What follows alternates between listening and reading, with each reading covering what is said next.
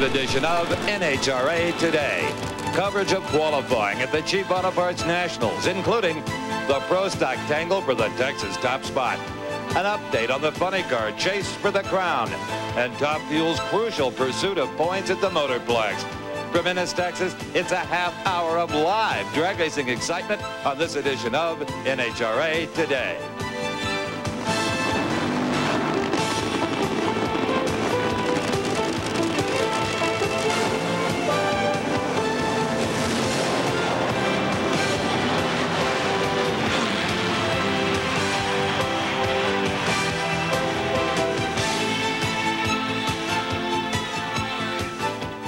Dreams are, by their nature, elusive.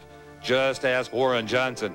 16 years ago, the young man from rural Minnesota burst onto the NHRA scene with runner-up finishes at 3 of NHRA's premier events.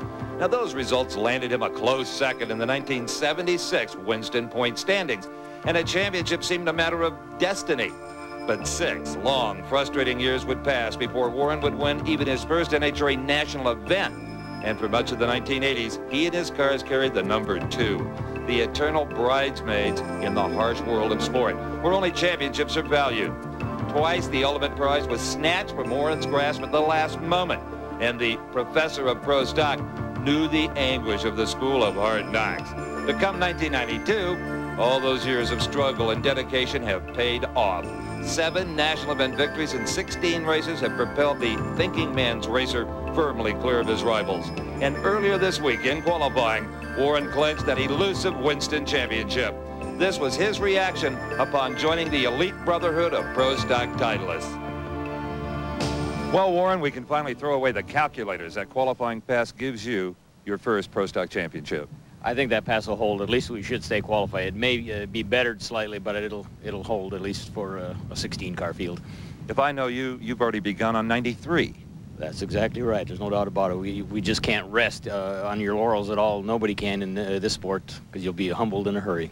The best part is, after all of those second-place finishes, you can scrape that 2 off the window.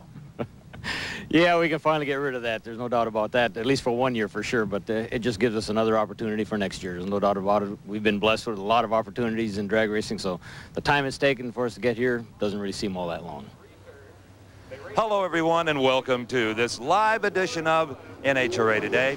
I'm Steve Evans. Warren Johnson not only stayed qualified, last night under the lights he ripped up a 7:10. He is the #1 qualifier. In the next half hour, we'll bring you some of the final session of the pro stocks and also talk to the low qualifiers and the other pro categories. But right now, it's time to go to my pal Dave McClellan. He's with the man leading the roost in funny car. Dave? Steve, the Winston Points chase in funny car has boiled down to 2 drivers, Cruz Pedregon and John Force. It was the 1st of August, and Cruz Pedregon was more than 1,600 points behind Force. Today, with 2 races left, he leads by more than 600.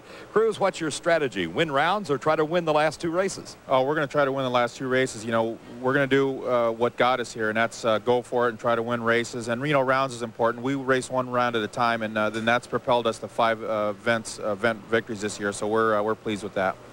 You got to try to set the record. You get 200 bonus points if you do. It's a risky task. Well, it's risky, but you know, this car's capable and not be risky of running a low 5.0. So we're just going to do what we've been doing. We're not going to change anything, although we're going to just do what we have to do.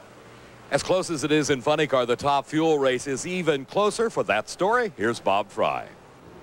Dave, with Halloween just around the corner, we got a bunch of guys running in Top Fuel Eliminator, and one of them's going to try to dress up as the Winston World Champion. There are 3 racers that have a chance to win this thing, 4 mathematically if you count Eddie Hill, but Joe Amato, you're currently at the top of the pack, and it's been a long, slow climb to that #1 spot. Yeah, it's been a tough season, really. All the cars are running real fast, but I'm real excited with our car. I mean, it's been running real good, and we run our 479 here at almost 300 miles an hour, 289.90.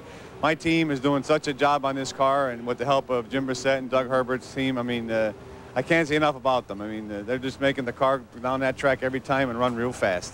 This car's running awfully fast, got a lot of power, and he is the current Winston champ and the Winston champ wannabe for 92. Now for a look at what's going on in our broadcast schedule here this weekend, let's go back to the booth in Brock Yates. Okay, Bob, here we go for 2 full hours of live coverage at the Chief Nationals. Not only will we be with you today, but we'll be back for 3 live half-hour shows tomorrow. So write this down. Beginning 10:30 Eastern, we'll be back for a half-hour of live coverage. Then once again at 3:30 Eastern tomorrow afternoon. That will lead into the big show at 6:30 Eastern for the professional finals. Top Fuel, Funny Car, and Pro Stock. So stick with us. But right now, let's go back to Bob and to Dave McClellan for more qualifying coverage. Brock, we are right in the midst of our 5th and final qualifying session for Pro Stock Eliminator. Junior Pastrana, the car you are looking at in the near lane, is not qualified. He is currently in the number 27 spot with a 731. The bump spot at the moment, number 16, is Ray Frank, who just a moment or two ago ran a 7.237 to sit number 16 and move himself into the program. Alongside of Junior is Gary Brown with his best run ever, a 717. Gary Brown, of course, out of Atlanta, one of the owners of the Atlanta Dragway, experienced in this business and promotion, but not really a top runner, Pro Stock. Running well here today, though, Mac. Let's go down to the starting line, Bob. It's quite a session that's already underway. We're going to see some big numbers in this round, David. The track is in great condition. The starting line is in tremendous shape. We had some guys earlier today ran 105 and 106 60-foot times. You got to remember that Bob and Rusty Glidden are not qualified. They're a little bit further back in the field, but this should really be an eye-opener, this session of qualifying here at the Motorplex. The previous best for Gary Brown, a 717. He will be trying to improve on that. Junior Pastrana debuted this car, about mid-season. Is still having difficulties getting it down the racetrack in competitive trim. A huge crowd on hand today for this final qualifying session of this 7th annual Chief Auto Parts Nationals. Brown and Pastrana both have troubles off the starting line. Bob Fry, what was the difficulty? They were certainly victims of the racetrack as opposed to the cars. The cars ran earlier today, and the air was not nearly as good as what we have right now. Cars came out in that first qualifying session today and did not improve qualifying. So today, they're obviously looking to do a little bit better. They were just down on power. Steve? Thanks, Bob. Stay with us, everyone. When we come back, we'll have more NHRA Championship drag racing, Texas style, from the only all-concrete drag strip in the sport. NHRA Today is brought to you by Castrol Syntec, the new synthetic oil that protects in ways other oils can't.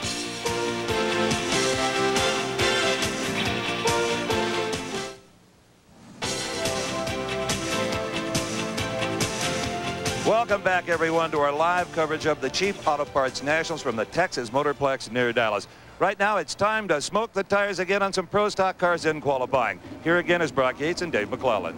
Steve, on the line right now, in the lane nearest the camera, is Jerry Ekman at the wheel of his Pontiac that was absolutely dominant in the Winston Chase earlier this season. He fell on hard times in the middle of the year and just now is beginning to pull himself out of that slump. He's qualified 7th at a 717. Alongside of him is Paul Rabeshi Jr. He's got a Pontiac as well. He is not in the show right now. He's 19. Brock?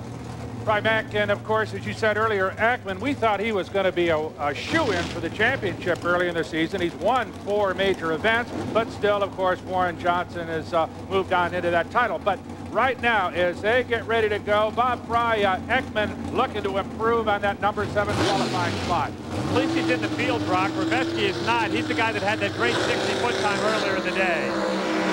And problems for Jerry Ekman right off the starting line as Rabeshi goes through. The timers stop at a 7:29. Bob Fry, that starting line has got everybody baffled.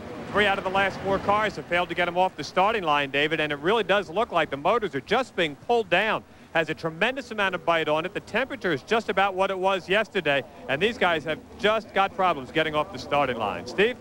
Well, I'm with a man who's fighting for his life in this Top Fuel points chase with Joe Amato, Kenny Bernstein. Yesterday afternoon, a gorgeous 489, then last night under the lights, problems. Yeah, it started out awfully good. I thought we were on the one we were looking for a long time, but we broke an input shaft, and that was it. 60-foot time was one of the best we've seen from this car. Best we've ever done with this car, Steve, and we were excited about it. Actually hoping they would get on through there. I thought maybe it'd run a 78 or something like that, around 302 or 3, but those are those wish couldas, but it didn't happen. To set a national record here, 200 bonus points, that could be the difference when it's all said and done. That's worth a whole round of racing, basically, is what it boils down to, plus the 50 points for low ET of the event, so that's 250 points that Amato may have on us. So we've got our work cut out for us to try to stop him in that regards right now. Okay, right now let's take a look at how they do stack up in Top Fuel qualifying so far. You can see on top is Joe Amato with that gorgeous run yesterday afternoon. There's the top 8.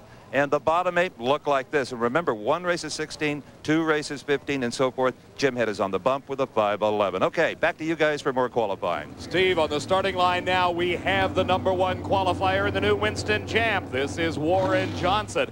At this event, he has won it 2 times. He's been runner-up twice, and he would love to add this one to his credit and make it his 8th win of the year. Who's in the other lane, Brock? Well, I'll tell you what, we got a local player, a man who is about as good as they come, Bruce Allen, from just down the road in the Rare and Morrison automobile, the 92 Lumina from Arlington, Texas, right between here and Fort Worth. Bruce sitting in the #4 spot right now, Mac, and I'm sure he's looking to improve, but Bob Fry, those guys have got to have watched those starting line problems with Ekman and the others.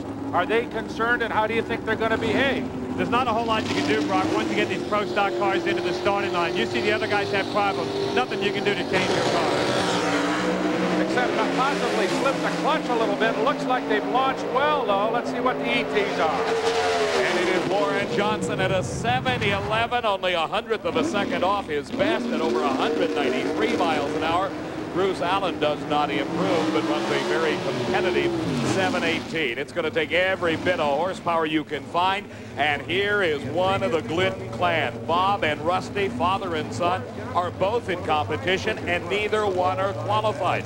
The Ford Probe of Rusty Glidden is lined up alongside the Pontiac of Jim Yates. Glidden right now has got a 7:25 best. Earlier in qualifying over the last couple of days, he's had lots of problems keeping this car under control. Jim Yates is in the show. His best time thus far, a 7:21. Bob, the weather itself is very cloudy here, and the temperatures are cool. What everybody hoped for when they came to Dallas, but I don't think anybody expected quite as strong a racetrack. No, they did not. Bob Glidden said the problem with his car has been the car. He said the track is as good as he has seen. He said our car's been slipping, shaking, and sliding. He said, but the racetrack is awesome. Just to give you an idea of the competition here, Mac, Rusty Glidden in the 21st spot at a 7:25, Yates at a 7:21, and he is up at 13. So we've got some tight runners here. Rusty beginning to move around in the lane as he had earlier. Yates lets him get out ahead, and Rusty Glidden qualifies with a 7:21, actually quicker than Jim Yates at a 7:22. So Glidden ends up, Rusty that is, in the 13th spot. Hopefully we'll see his dad in a few moments, but right now there's a very special offer for all you drag racing fans, and Steve Evans has the details. In just 2 weeks, the season comes to an end. Within days after that, the 1992 edition of the NHRA Winston Drag Racing Annual will come hot off the presses. And this is a true keepsake, a copy table-style book. Here's some scenes from the 1991 edition. We're told 92 will be even more spectacular. And there's only one way you get the Drag Racing Annual, and that's by phone. Call the number on your screen. The price is $29.95 plus $5 shipping and handling. Visa and MasterCard are accepted, no CODs. And remember, the quantities are limited, so make that call right away and maybe order a couple of more for Christmas. The Drag Racing Annual. Castrol presents the GTX Pipeline, the latest news from the world of drag racing. Top fuel qualifying at the Cheap Auto Parts Nationals will prove to be critical for several drivers seeking to lock in their positions in the Budweiser Top Fuel Classic point standings. Here are the 8 drivers who have clinched a place in the field coming into Dallas. And you'll notice there's a tight battle for the crucial top 4 positions. These drivers will have first-round lane choice when the Classic is held 2 weeks from today at the Winston Finals in Pomona. A maximum of 175 points goes to the #1 qualifier, with a 10-point gap separating each of the next top 3 places. After that, there is only a 5-point split on down to the 16th position. We'll have a look at how the final standings end up on next week's show.